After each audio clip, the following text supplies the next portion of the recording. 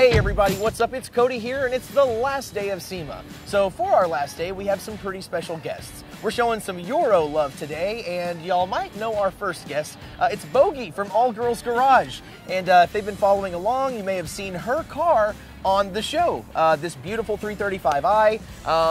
Y'all did an access port on it, upgraded front mount intercooler. Yep. All sorts of awesome goodies. Performance exhaust, fancy new bumpers. Yeah, all sorts of fun stuff. Yeah, and so I mean, how's it held up since then? I mean, obviously it's been about a year or so since those episodes were filmed, so car's obviously holding up well. It has held up amazingly, and I drive the poop out of it.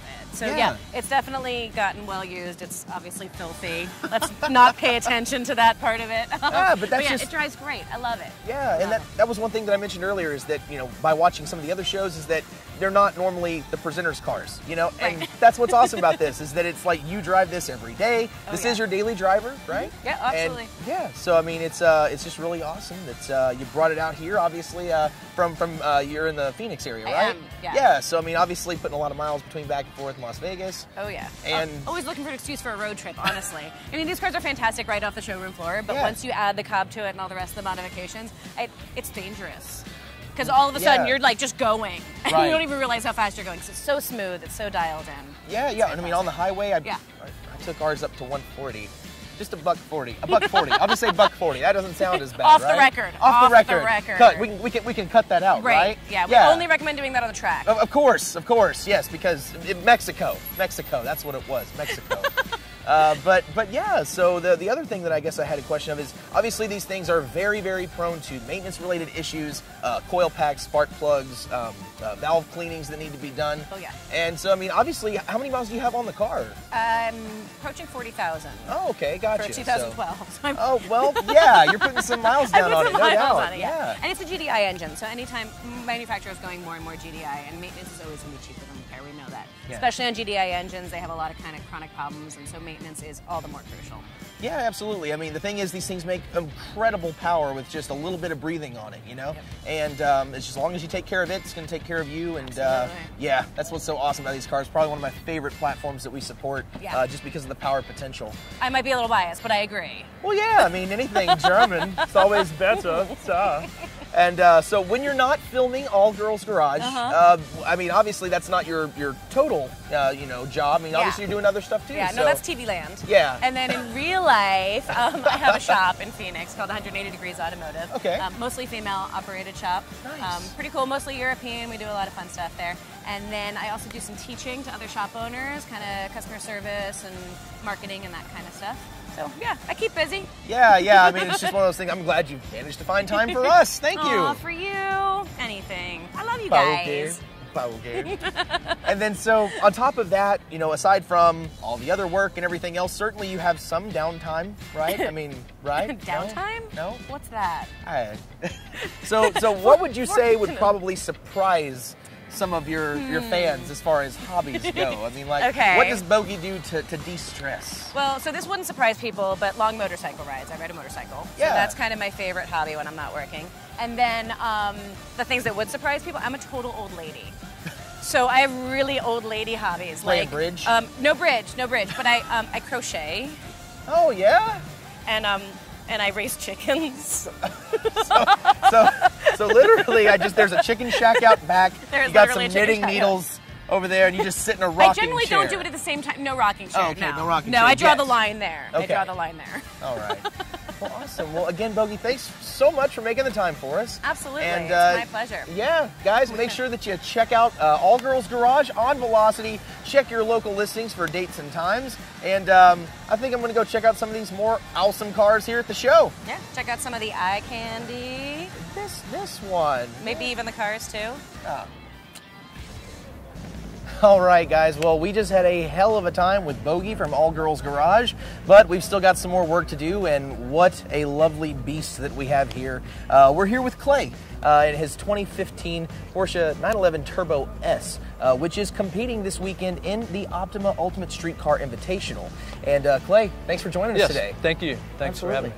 So first things first, obviously the Optima Ultimate Street Car Invitational, it's an invitational series of sorts. So we know this isn't your main grind, your main gig.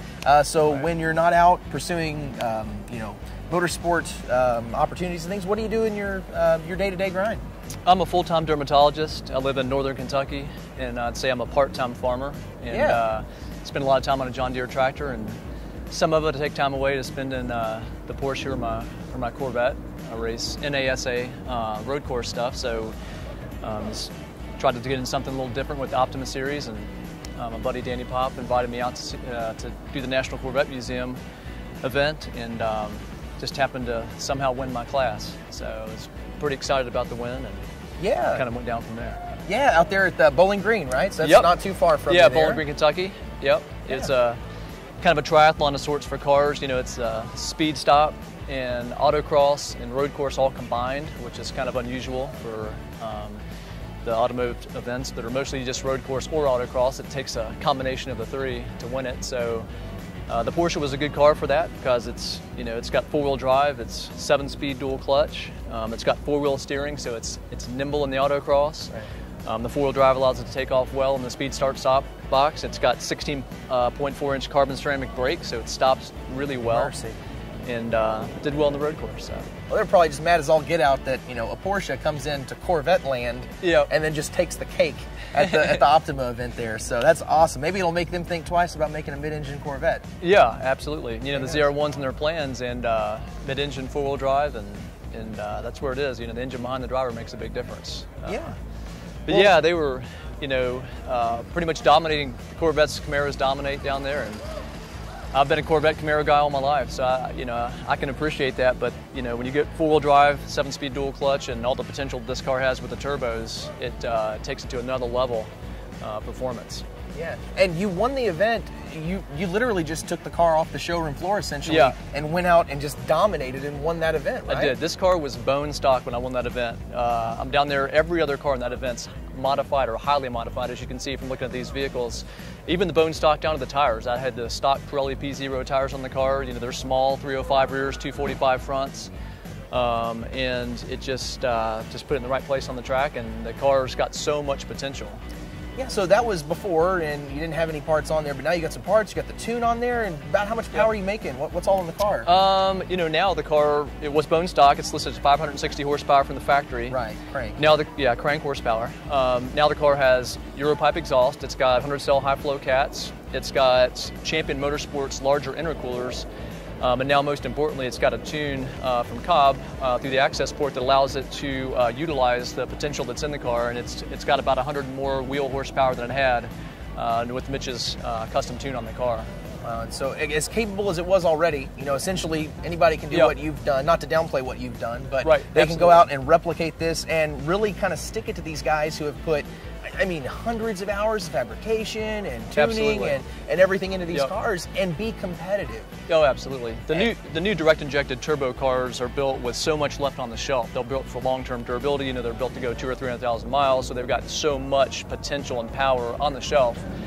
And the access port and the custom tune allows it to take advantage of that. So yeah, and the other thing that I kind of have to just wrap my mind around is that this is just such a amazing car, and to take a brand new car, and you look at some of these other cars out here, and I saw like a DSM, like a Starion over there, like a Mitsubishi, and a 280Z, obviously modified and have lived previous lives. This is a brand new car. I couldn't even fathom that. What kind of awesome craziness do you have to take this brand new car and really put it through its paces and compete with these guys? Yeah, a car's not a trophy. A car's built with 4 tires and it's built to drive, and I just can't see taking a car with this kind of potential and letting it sit in your garage and polish it and just going out on the weekends with it. This car is made to compete. It's got 4-wheel steering, 560 stock horsepower, carbon ceramic brakes.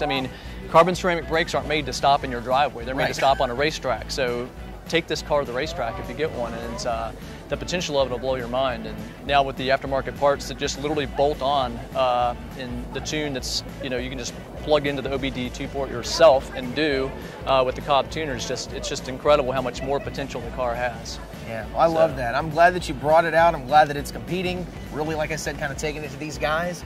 And I guess the other thing that I had wanted to ask you about is you've been working directly with Mitch McKee. Yes. He's our Porsche calibrator, Yep. and that's something that we do for Porsche. Yep. We obviously want to try and extract as much of this out. I like to call it the white glove treatment of sorts, just how you can always get in touch with us and we take care of you. So what's it been like working with Mitch, getting that tune dialed in? It's been amazing. You know, Mitch McKee, the first time I ever emailed him, he emailed me right back immediately.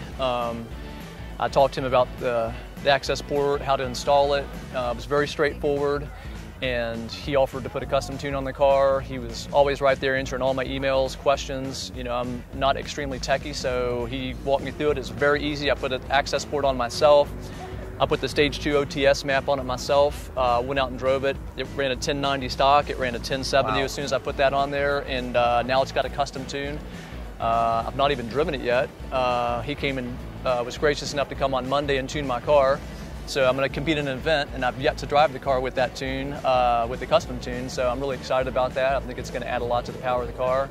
I mean, 100 wheel horsepower is a lot, and I'm going to have to hopefully get used to it quickly at this event. But no, Mitch it's been unbelievable how accessible he's been, and you know, the free sharing of data and intake air temperatures and so forth that the COBB has out there is just it's a great wealth of information. And it makes working with the car and him a lot more enjoyable. Yeah, and I mean, I'm just kind of flabbergasted by that. I mean, on-site support. I mean, obviously you're here and we're here too, but you know, I mean, obviously we got a lot of stuff going on. He's still taking out the time to make sure that you're taken care of, and that you are certainly getting as much as you can out of this, so that way you can hopefully make a very good showing. You know, weather permitting and traction permitting and all sorts of things. Because again, you've got to get used to all that extra power. So. And not only on site. I mean, this access port has the ability to data log, and so I mean, he told me, he's like, you know, you just collect the data, you know, email it to me. He'll email me the tune back. He can make adjustments on it off site, which is just amazing. I mean, there's no other company that I know of that does that for these cars. On Porsche. On Porsche. Exactly. Right. Well, Clay, I'll go ahead and let you get back to it so you can put some miles down, get accustomed to all that newfound power there. Thank you. And again, thanks for joining us today. Yep. Thank you, guys. All Thanks so much. Well, guys, that's going to do it for us here at SEMA 2015. We had a blast, and we hope that you enjoyed seeing a little bit of what this show has to offer. We didn't even show you a little smidge of everything that's here. So thanks for joining us, and we'll see you next year at SEMA 2016. Bye-bye.